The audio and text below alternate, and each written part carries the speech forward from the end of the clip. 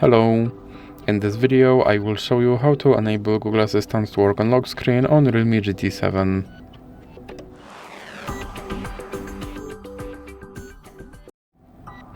So you have to start by opening your Google application, then click on your avatar and go to Settings. Now click on Google Assistant and click on Voice Match. Then click here to enable Hey Google feature, and now you have to scroll down and click I agree, then scroll down and click I agree again. Then click Next.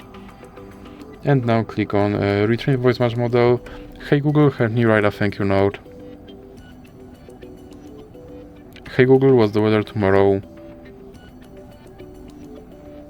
Okay Google, explain how a rainbow is formed.